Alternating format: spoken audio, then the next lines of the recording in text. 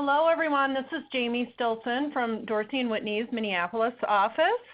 Welcome to our program today on the coronavirus and class actions. I just want to make sure that my co-presenter, Kent Schmidt, has joined. Kent, are you there? Yes, I am. And I wasn't sure whether there was going to be another introduction, but Jamie, why don't you go ahead and get us started here? Well, everybody, we certainly wanted to welcome you to this webinar. We are all in unprecedented times, and we are happy to have you all virtually join us, hopefully from the safety of your own homes or wherever you are. So thanks again for taking the time to walk through this presentation with us. Kent and I put together a presentation that really focuses on what the class plaintiffs bar has been thinking about since the coronavirus outbreak started and has since developed into a pandemic. And I'm going to kick it off and over to Kent, who's in control of the slides, to give you a little bit of an overview of what we're going to cover. Thanks, Jamie. Welcome, everyone. It is a pleasure to speak with you, even under some extraordinary circumstances. We at Dorsey are all trying to quickly adapt and figure out what this outbreak means, not just for ourselves and our families and our colleagues at the office, but what it means for our clients. And those of us that practice in the class action space have paid particular attention to a fair amount of very early activity by the class action plaintiffs bar.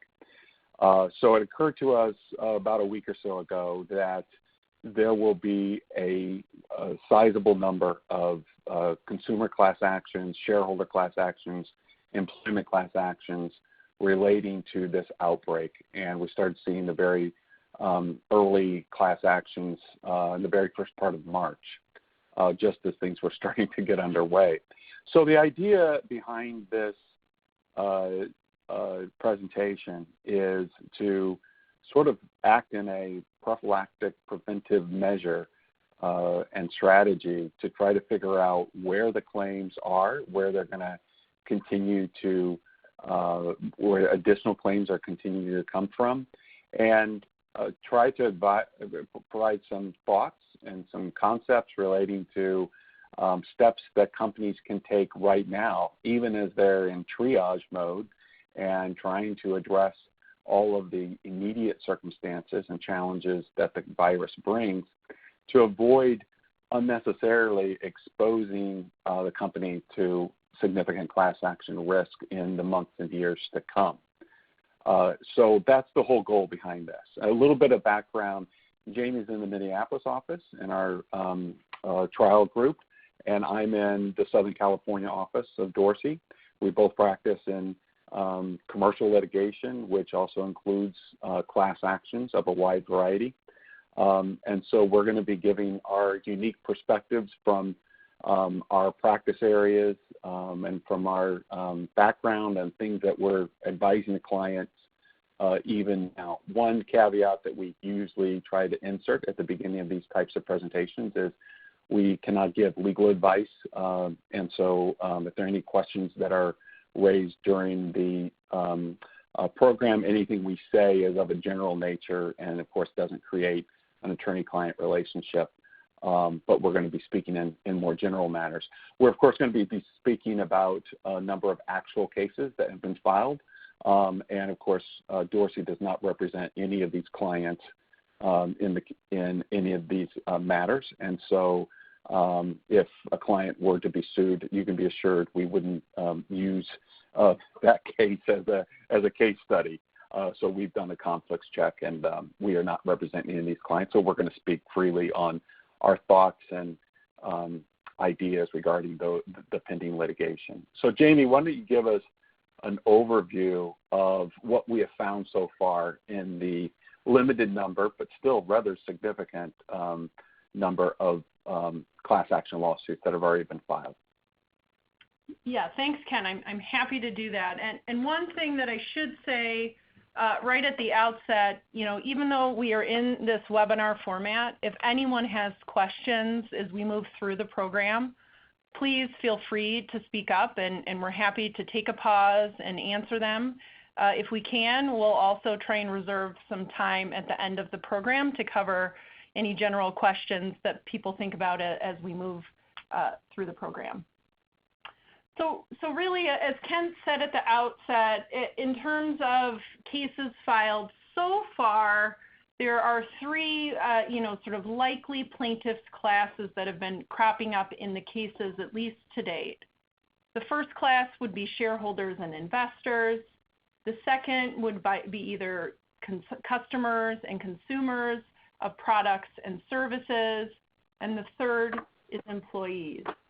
And I would add to that I think that there's nothing unusual about the coronavirus class actions, because I think those are probably the three most likely plaintiff class actions even in normal times. So it's not too surprising that these are the three that we've seen so far. Agreed. So far, based on our sort of survey of the landscape to date, of publicly filed cases either in state or federal courts, so far we've seen 2 shareholder cases, 3 consumer cases, 3 employment cases, and then 1 very unique foreign sovereign case, which we'll touch upon at the end. Those cases have been filed in really 3 jurisdictions so far: Florida, California, and Pennsylvania. And I would say, at least from a couple of the cases, it's either where the outbreak has been more severe, or in some instances where a company is headquartered. And I must say, as a California class action litigator, I'm pretty impressed with Florida. They're giving California a run for its money with a close second. I'm actually surprised that we don't see any in New York or New Jersey or Illinois. Those are the other major class action jurisdictions, but I'm sure those are probably in the pipeline and maybe have already been filed and haven't made it to our list yet.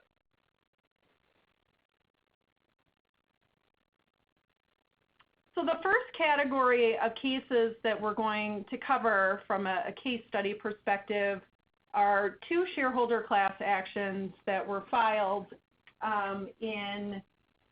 actually on the same day, on March 12th, so just last week. So they are very different cases, but the first one that we're going to cover is a case brought by an investor, Eric Douglas, against Norwegian Cruise Lines. They are a publicly traded company on the New York Stock Exchange, and the allegations are really wide-ranging in this particular case. They look at both SEC filings, including 10-Ks and 8-Ks of the company, but also look at a series of public statements and also leaks of internal sales information from the company about what the sales force was being advised to do with bookings as the coronavirus outbreak started to evolve. So there's a class period that's set from February to March, but it is a sort of classic 10b-5 case. The allegations are that as a result of the SEC filings, the press releases about the financial condition of the company, despite the evolving nature of the coronavirus outbreak, that what ended up happening was that the market price of the Norwegian stock was artificially inflated. And if we can advance to the next slide, great. So it's a pretty short complaint. It's only 16 pages, but the types of things that they touch upon are wide-ranging. They point to the code of ethics internally at the company, which requires that Norwegian have programs that are designed to ensure the preservation of the environment, safety, and security of their guests, team members, and vendors. And as we'll cover in just a second on the next slide, there's some at least potential evidence that that's not what was going on.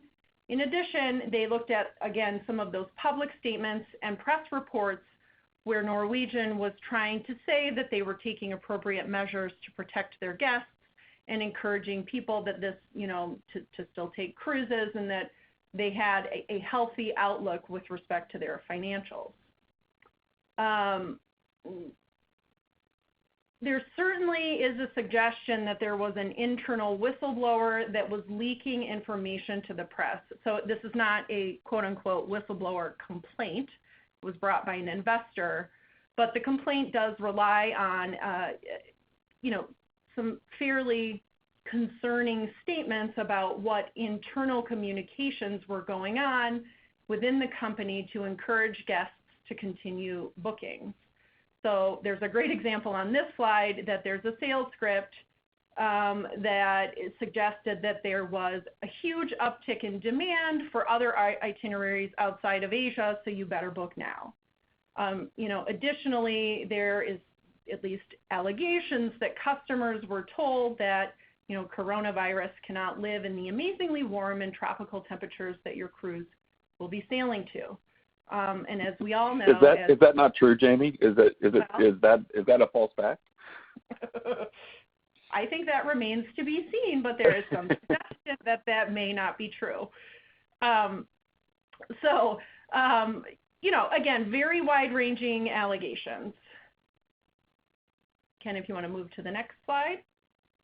So the takeaways here, I would say, again, a pretty short complaint, 16 pages, but sort of putting together a number of different sources of information, the ethics codes, the press releases, the SEC filings that came out in February for 2019, but really right in the middle of the outbreak, trying to put together some of those sort of concerning emails from internally at the sales force to suggest that the company was really trying to put forward a rosier picture than it should have been given what it knew.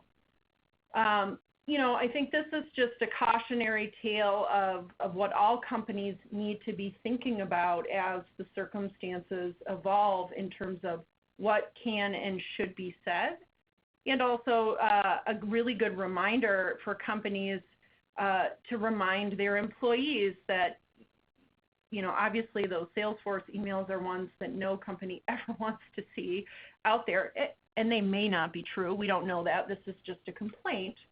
But everybody needs to be working hard to avoid situations like that. So, we'll see whether or not a case like that has any legs, but as Kent said, some of these things are just the early theories that we're going to see from the plaintiff's bar, and often the plaintiff's bar is trying to get claims out there first. So this is one example of a shareholder claim. Jamie, I think one of the things that strikes me about this case is how effectively they combine the misrepresentations to the market with misrepresentations to their customers. And so in one sense, it's sort of a two-in-one, two-for-one type of case, although they're not seeking remedies on behalf of customers that were allegedly deceived into going on cruises. Maybe that's a second class action that might be thought about later on. But I have the same reaction to this case, Kent, that this is, there's a potential another action in the brewing on that particular front. So. And one of the things that's not unusual about the case is how effectively they sort of touch on reconciling the aspirational statements that are in the ethics and code of conduct and conduct manuals with contrasting those with what actually happened. That's always a very difficult situation to be in when there's a stark contrast, and the complaint certainly does that. Correct. And just so the audience knows, I should have mentioned this at the outset. The stock fell in the alleged class period, which, as I said, sort of ran from mid-February when the SEC filings came out through March 12th, the date of the filing of the complaint. The stock had dropped about 35%. So, as we've all seen, even in the market evolution over the last couple of days, there's always going to be a question about what caused a market decline on the causation front in a securities case. but as Kent said, there at least was the appearance of a combination of some allegations in this complaint. So the takeaway from this, I think, is work very diligently to make sure what you're telling customers, what you're telling the market, shows a great deal of candor, shows uncertainty when there is uncertainty, and that you're not embarrassed later on with a lack of candor as to how serious things are, and what's going on right now with the business model. So the next case is also a securities case, a shareholder case, but quite different facts. So why don't you summarize that for us, Danny? So as Kent said, there's another securities case that's been filed, McDermott versus Inovio Pharmaceuticals. Quite a different set of facts.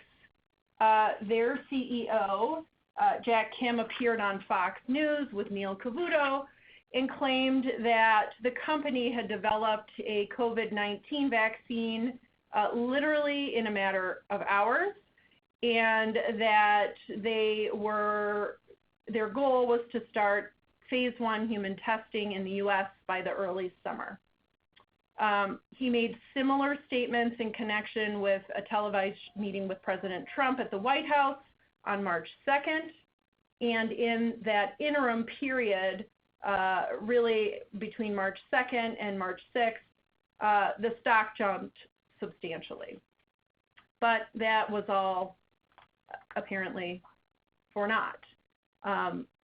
So this again is a 10b-5 claim. The central allegations look both to the 8K, also to some of those market statements by the CEO, and then which literally said that they were close to having a vaccine, and then came really crashing to a halt on March 9th when a research firm, Citron, tweeted that an SEC investigation should be started into the company because it was clear that their allegations about the progress of a potential vaccine were false. And they said literally in the tweet that the company's statements were ludicrous and dangerous, and that they had actually designed a COVID-19 vaccine in 3 hours. So if only those statements were true. I know, right? So no surprise, the stock plummeted almost by half, and really was down, wiped out, according to the complaint anyways. The 2-day drop that happened after March 9th wiped out approximately $643 million in market capitalization, a 71% decline from the class period high. So this is a case where the plaintiff is alleging, the investor is alleging, that there were no safe harbor protections around the statements that were made either in the 8Ks or more importantly to the market, that the forward-looking statements about the availability of the vaccine included no meaningful cautionary statements about what they expected with respect to the vaccine.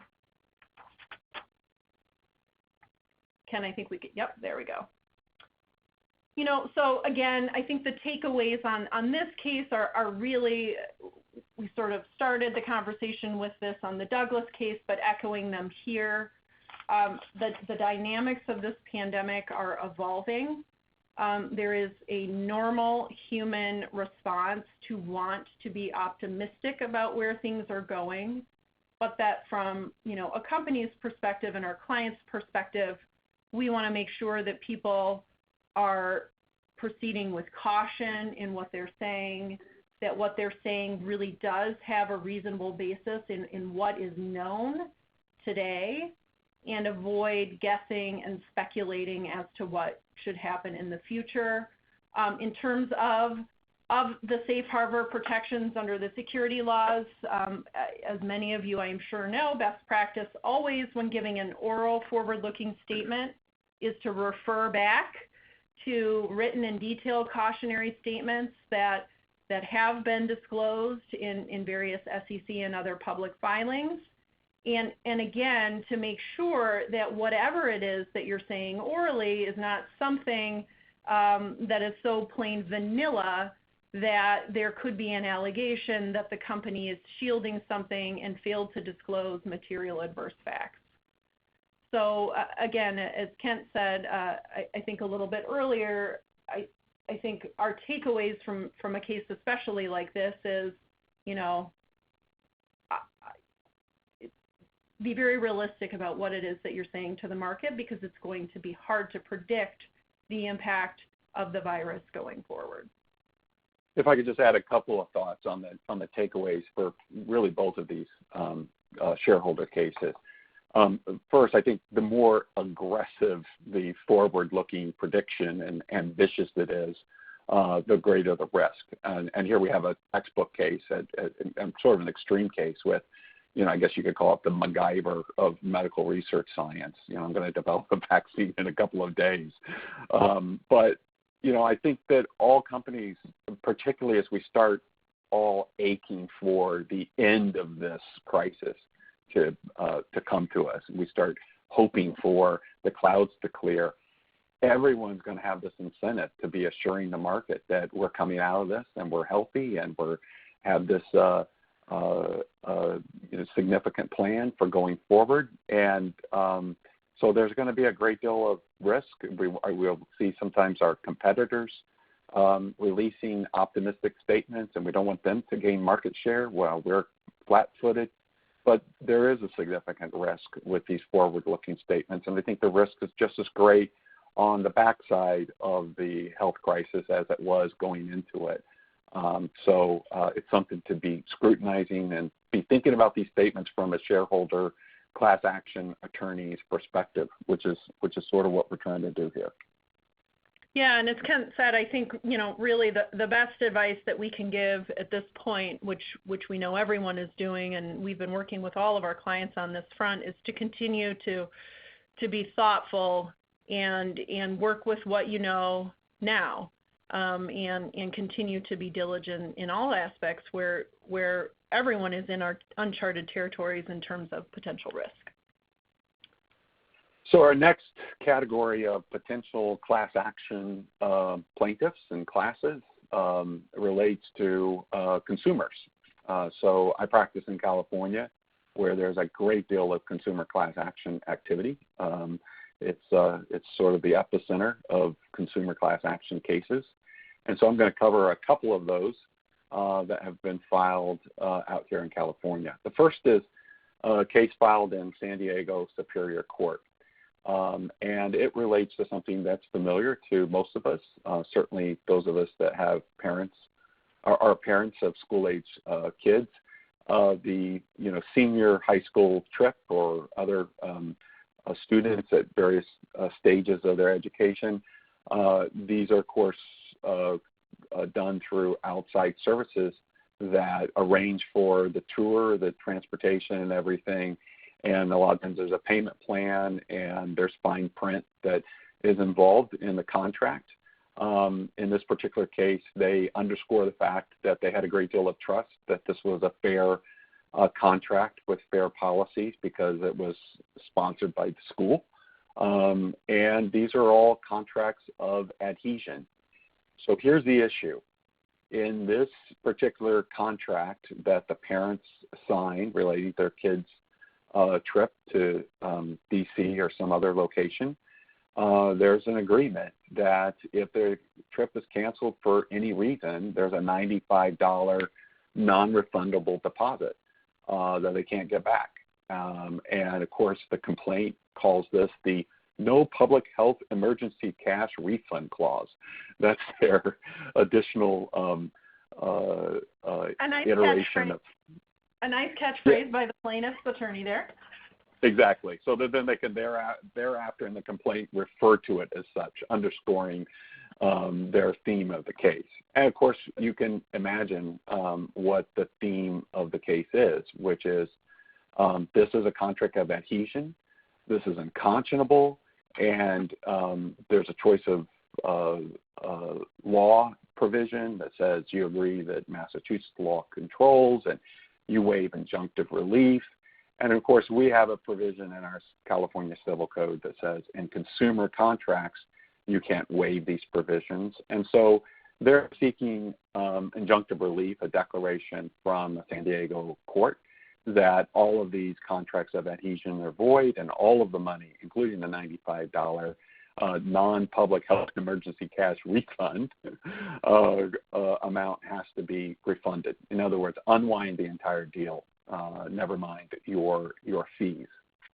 I think this case is the first of many, many cases that will be brought by consumers relating to refunds of tickets and refunds of other types of goods or services obtained, primarily services concerning events that have been canceled. I think the case illustrates that there has to be a cost-benefit analysis with respect to what you don't refund.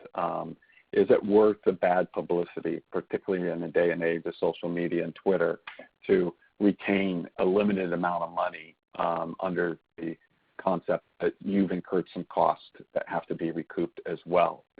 There's also going to be a number of issues relating to whether you're just going to give a credit for future events or future services, or give a complete refund. And this is reflective of the issues that are being dealt with in the commercial space on impossibility of performance and force majeure clauses and frustration of purpose. Those issues also deal with the distinction between failing to be able to perform at all or the mere temporary suspension of contractual duties because you can't perform for a limited period of time. In a number of instances, I think companies will say, we're not going to refund you your money, but we will give you a credit for future events. I think those cases can prompt consumer class actions, and I think we'll see a fair amount of activity in this area. It's just important to remember that commercial agreements with force majeure clauses and other concepts that are reflective of the parties' allocation of the risks are treated quite differently than consumer contracts. And consumers have significant protections under California law and other states as well. And those will be triggered, I think, with all of the equitable considerations that are at play as a result of this health crisis.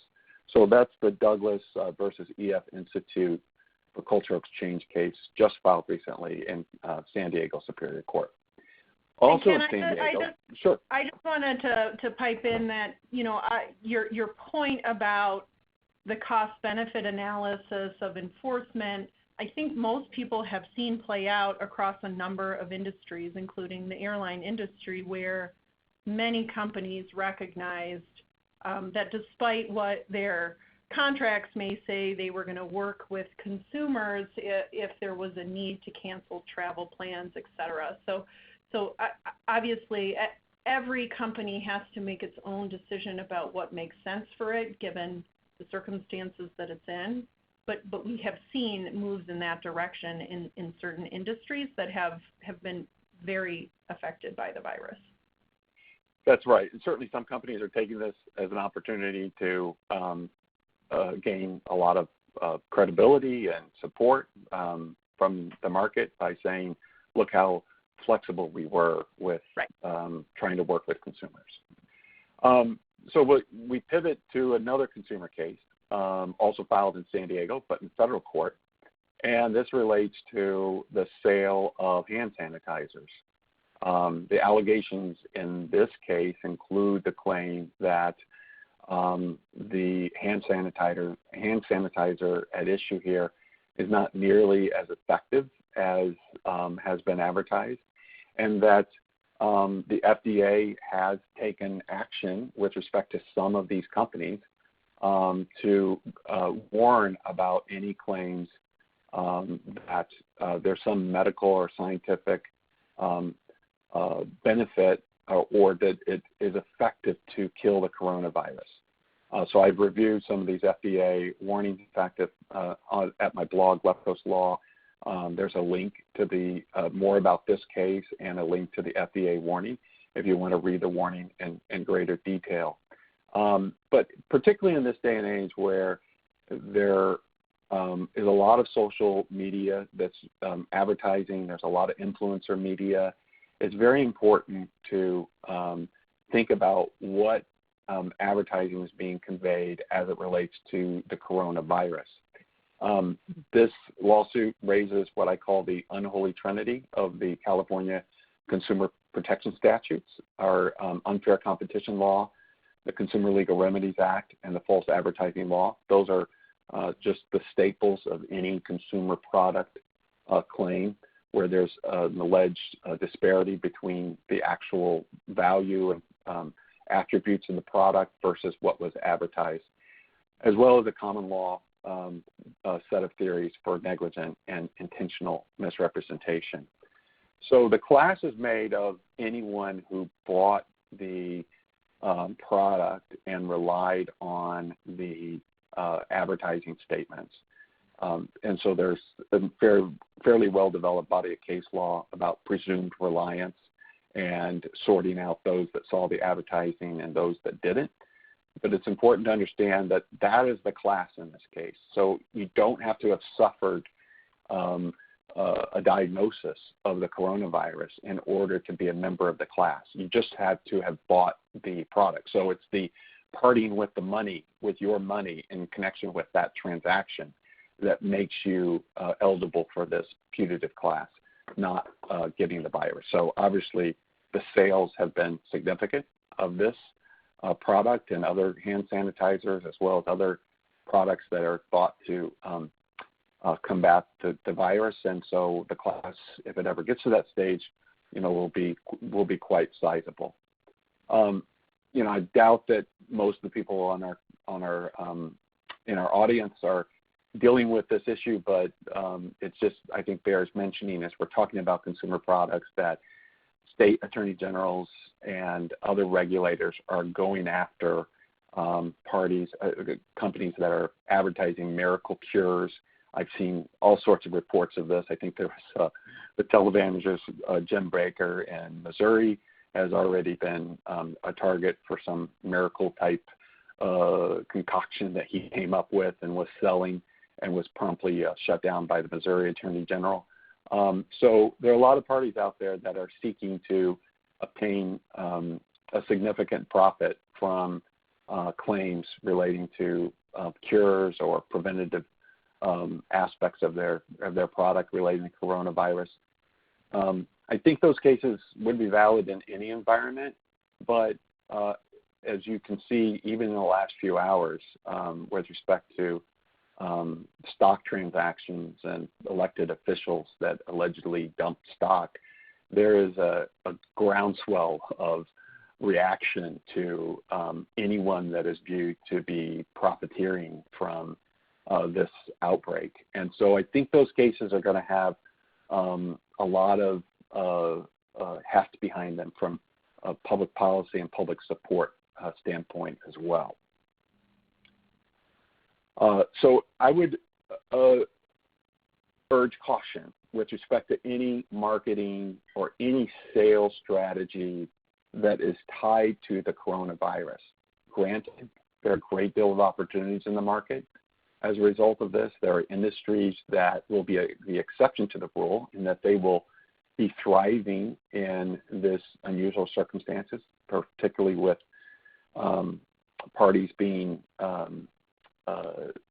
quarantined or under other types of restrictions.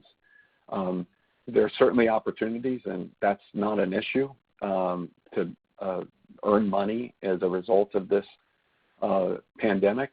But it's also important to balance that with any sort of undue opportunistic strategy that could be viewed as stretching the truth, not being entirely candid about the benefits of the service or the product that's being sold. The regulators, even though I assume they're all working remotely as well at this point, are being particularly vigilant, and we often see that consumer class actions follow regulatory action. We certainly saw that in the David versus Bijan case, following the FDA's warning letter. And in that respect, sometimes the regulators do the heavy lifting for the consumer class action plaintiffs, and it makes their case much more compelling when they have the prior regulatory activity that's been brought. Anything to add on this, Jamie, before we go to the next consumer case?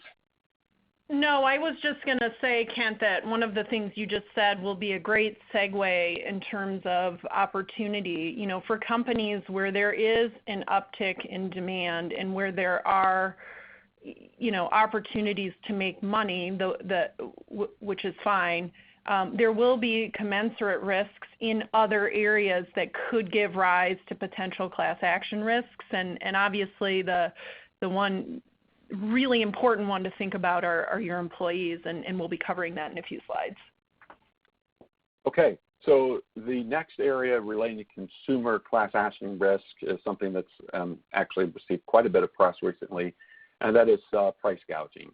So there's a case that's been brought in state court in Miami relating to the price that consumers are having to pay for Purell and toilet paper.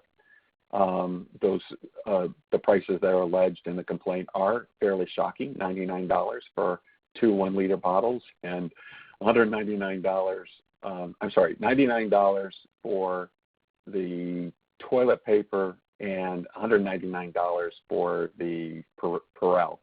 Those are obviously pretty significantly inflated prices, and so this class is made of all the consumers who paid those inflated prices as a result of the state of emergency that was declared, and it's brought pursuant to the Florida anti-gouging or price gouging statute, which is cited here. There's a reference here. I thought it was just helpful to go ahead and include it.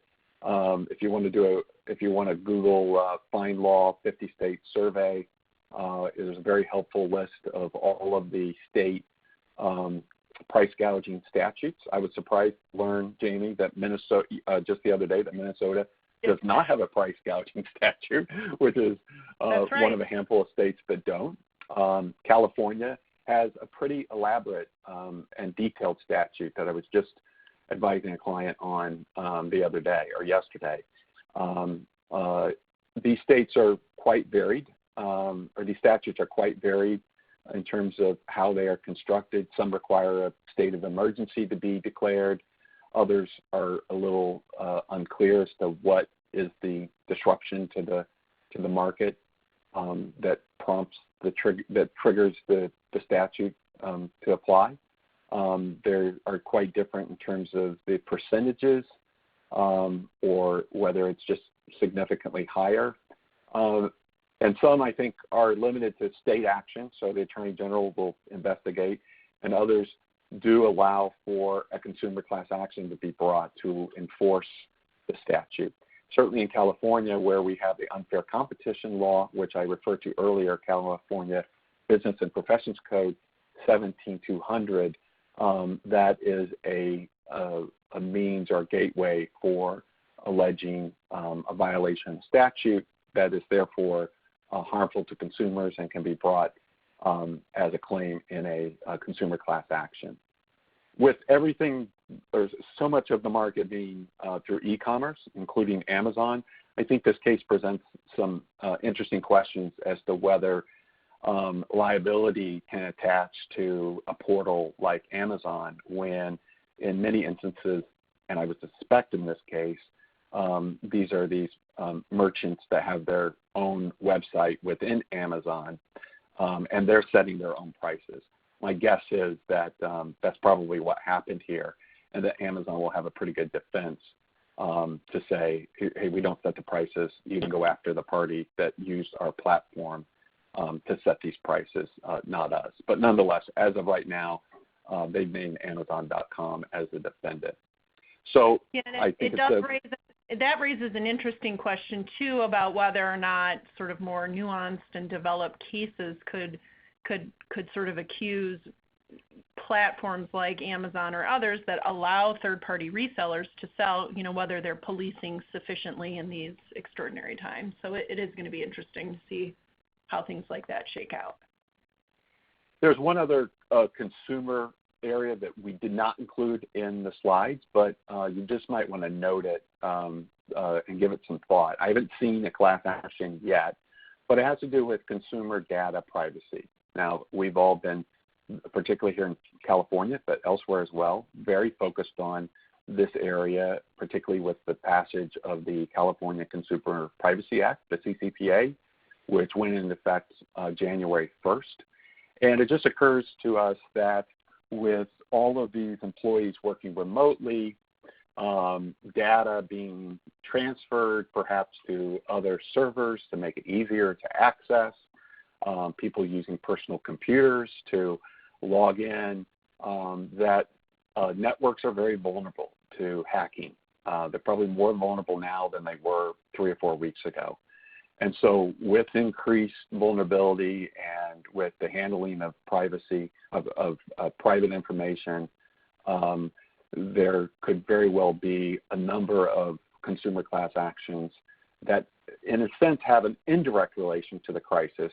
You could say they're more related to the fact that individuals are working remotely than to the health crisis itself. So this, I think, illustrates the multiple ripple effect that this crisis is going to have on everything we do, including future consumer class actions. That's a good segue. Sure. I was going to say, Ken, that's also a great reminder to folks, obviously, as I'm sure all of your internal teams have been doing, is that as people are moving into the remote work environment, that IT and that the cybersecurity task forces or other internal teams at your various organizations are thinking about ways to protect client and consumer data, and just being as diligent and as transparent about what the rules are with everyone as a protection measure going forward in these uncertain times in terms of how long this may be requiring. That's a great point. That people be flexible with respect to the remote environment. Yep, that's a great point, Jamie. So that's a good segue to our last major area of consumer class action, of class actions, and that relates to the employment class actions. So neither Jamie nor I are in our L&E group, but we've had a number of email communications and telephone conferences with those that practice in this group to try to learn about the employment cases that will follow from this health crisis. There have been 2 employment cases filed already, one against Uber and one against Lyft, same plaintiff's counsel, 2 separate actions, both in San Francisco Superior Court. For those of you that have employees in California, you're probably aware that the law with respect to independent contractors has undergone a significant modification, and one of the most important implications of that is those that used to be independent contractors in our so-called gig economy now have a much better argument that they should be treated as employees. And those include drivers of Uber and Lyft. So there's been a lot of litigation relating to this and regulatory action and legislation.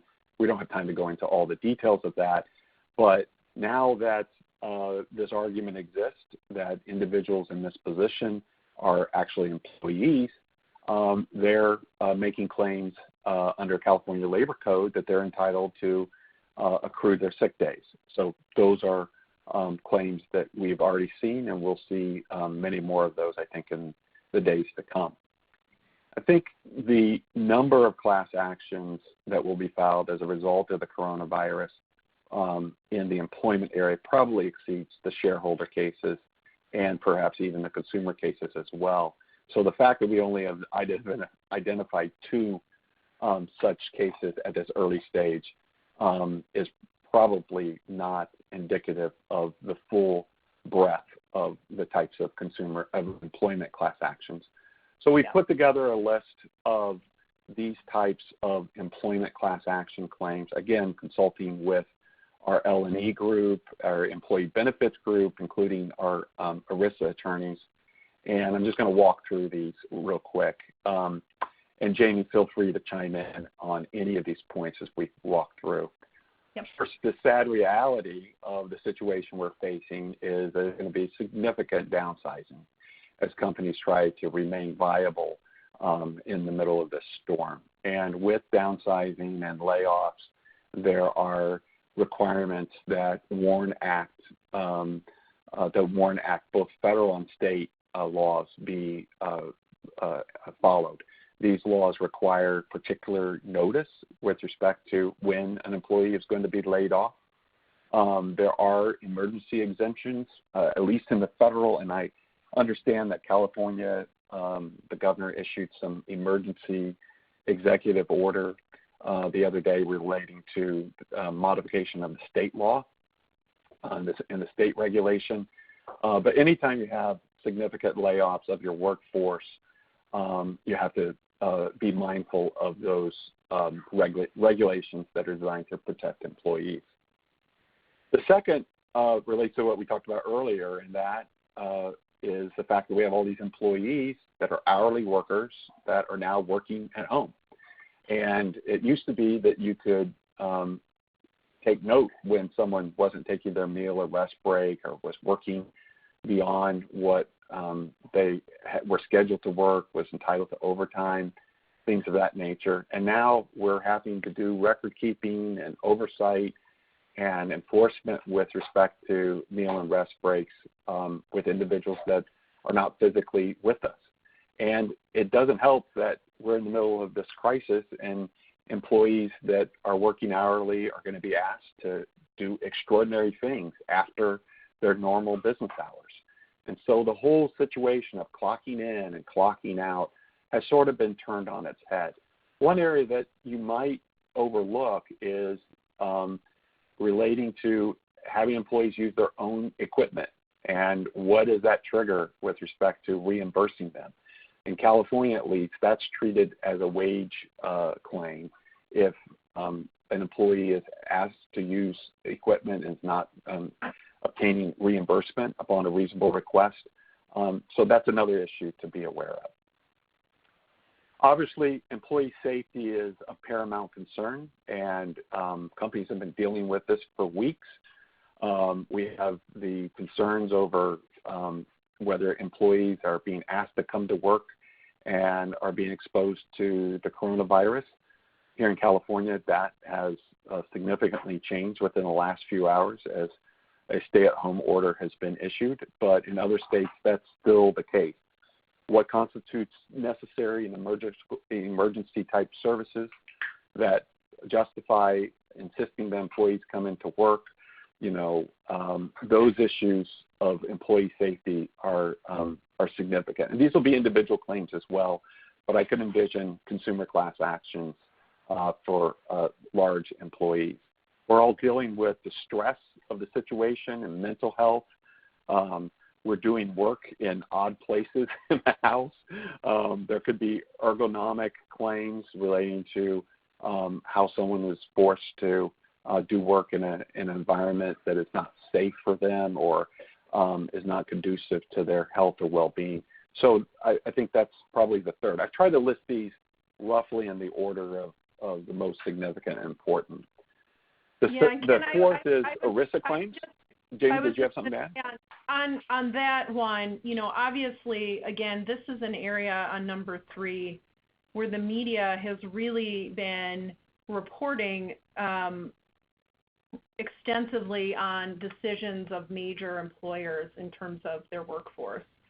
And so I'm sure, anytime you open any of the major news outlets, we're sort of seeing the reports about store closures, who's open, who's not, who really are, the companies where they are essential to keeping things open for food, retailers, grocery stores, all those sorts of things. So, these are going to be, I think, continued conversations around what employee safety should look like as things continue to evolve. I think that's right. The fourth area is the ERISA claims, and this relates to the shareholder issues we talked about earlier. We've had some conversations with Dorsey's ERISA experts that know this area of law, and it's sort of unusual because they received, particularly with respect to the down market claims, a significant win for employers in the recent IBM case, handed down, or I think it was cert denied by the U.S. Supreme Court in January. But even with that case being a silver lining in the clouds, I think the general consensus is anytime you have the bottom falling out of folks' 401ks and pension plans, it's going to at least be scrutinized by ERISA lawyers.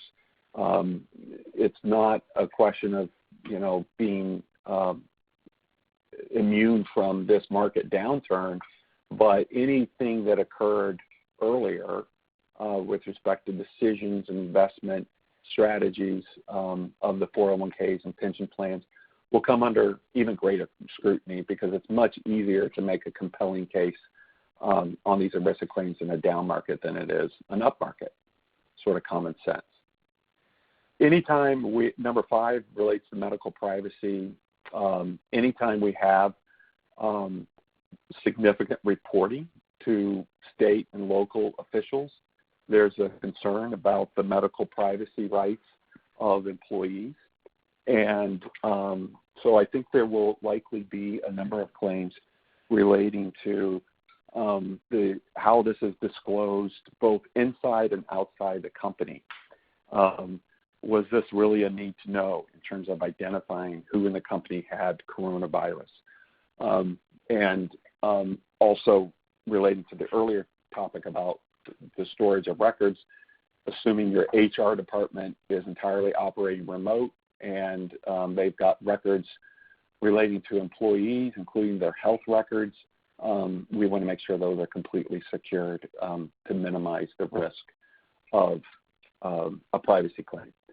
And then finally, this sort of relates to the earlier claim of the WARN Act, but let's suppose you have to lay off a significant number of employees and you're reducing your workforce by 30%. I think there will likely be claims that will be filed relating to how those downsizing decisions are impacting certain protected employees. If, for example, as a result of your downsizing, a disproportionate number of the employees that are laid off are, above the age of 55, the company could be vulnerable to claims of discrimination with respect to how the layoff was done. So number 1 was the WARN Act and the notification relating to this, but this relates to the disparate impact that perhaps the layoff could have. So moving right along, I know we're pressed for time. We're going to address something that Jamie's going to take the lead on, even though I don't know that's going to have a great deal of applicability to our audience. No, we thought it was just worth mentioning that one of the first cases, or one of the early cases to be filed in the class action context, was one that we have dubbed the most ambitious claim of all, which was a class action complaint filed in federal court in the Southern District of Florida by a number of individuals who claim that the Republic of China and its health commission, that they have suffered damages as a result of their conduct with respect to essentially, really they say 3 things. They knew that COVID-19 was dangerous and capable of causing a pandemic, yet they slowly acted and, quote, proverbially put their head in the sand and or covered it up for their own economic self-interest. They go on to claim that as a result, that conduct caused them personal injuries and or death. I don't know that any of them are actually deceased, but that's alleged. And that they purport to represent a class of individuals specifically in Florida that have been harmed as a result of that conduct. The claims that they raise in the class context are really all Florida state law claims: negligence and negligent infliction of emotional distress, strict liability for conducting ultra-hazardous activity. Not sure that one will survive, and then nuisance. And I don't think we have really any significant takeaways from this. It's just a matter of interest. If we're going to talk about coronavirus class actions, I suppose we have to include this. That's right, and we've certainly heard some of our own government officials perhaps weighing in on their views on that. So we did want to do just a quick wrap up on closing thoughts. So go ahead, Ken. Sure. This the fact that you're tuned into this, I think, or listening to the playback of this webinar underscores the fact that you're sensitive to this issue. Recognize that every single company has a unique risk profile.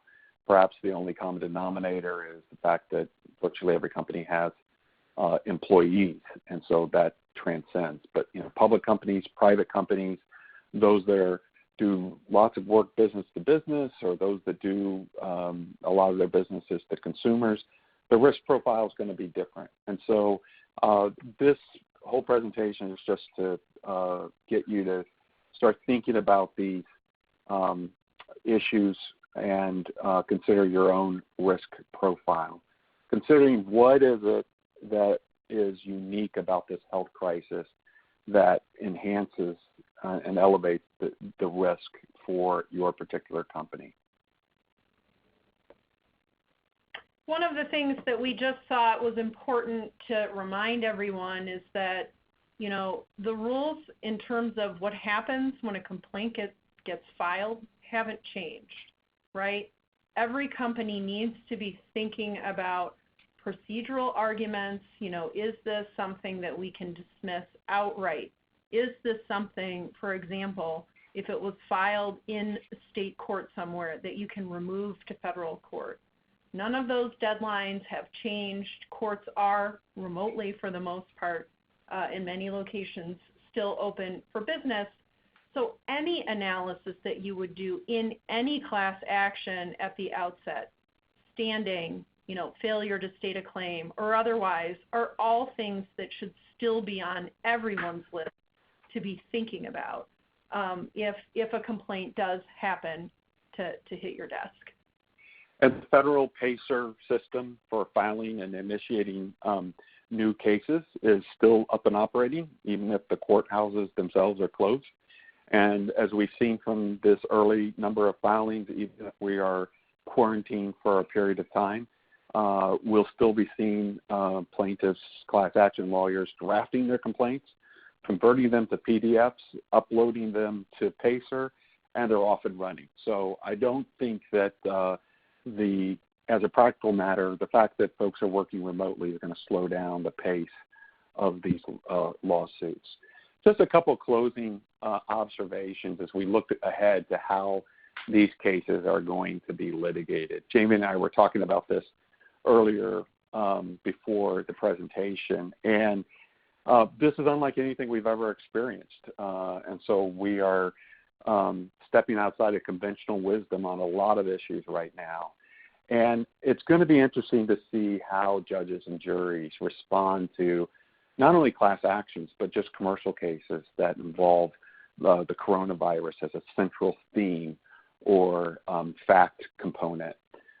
What's unusual about this is that everyone's going to bring to the case, including the non-coronavirus issues, their own views as to how this impacted them.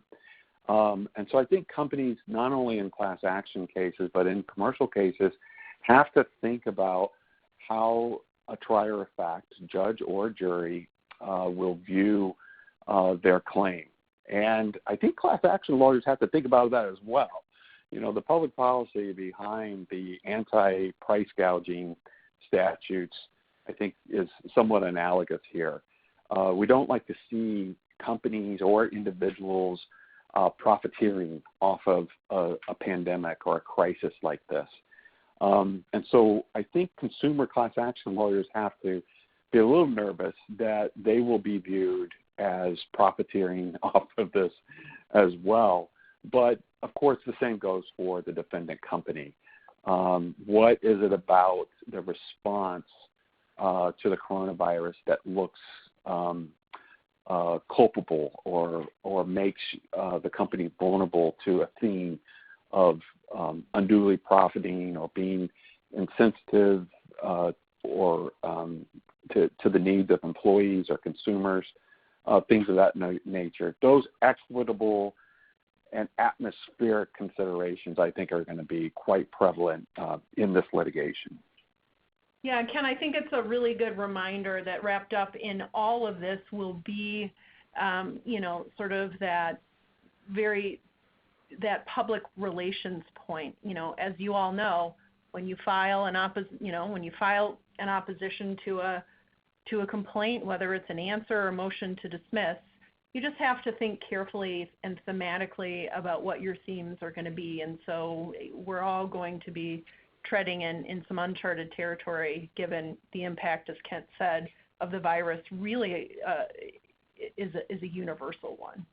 With that, I think we've completed our presentation. We just want to emphasize that Dorsey is working very hard on a number of different areas to fulfill our continued commitment to client service and to meeting our clients' unique needs, particularly during this crisis.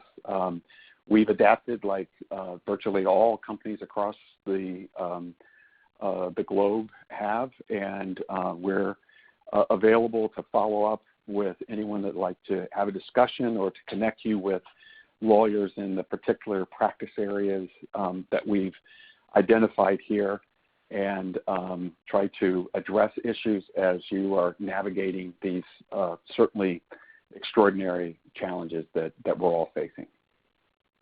And I did want to just provide a reminder, if you do have specific questions that you'd like to follow up on as a result of the presentation, you can email dorsey@dorsey.com, and they'll make sure that they get forwarded on to us. And thank you very much. Be well, everyone.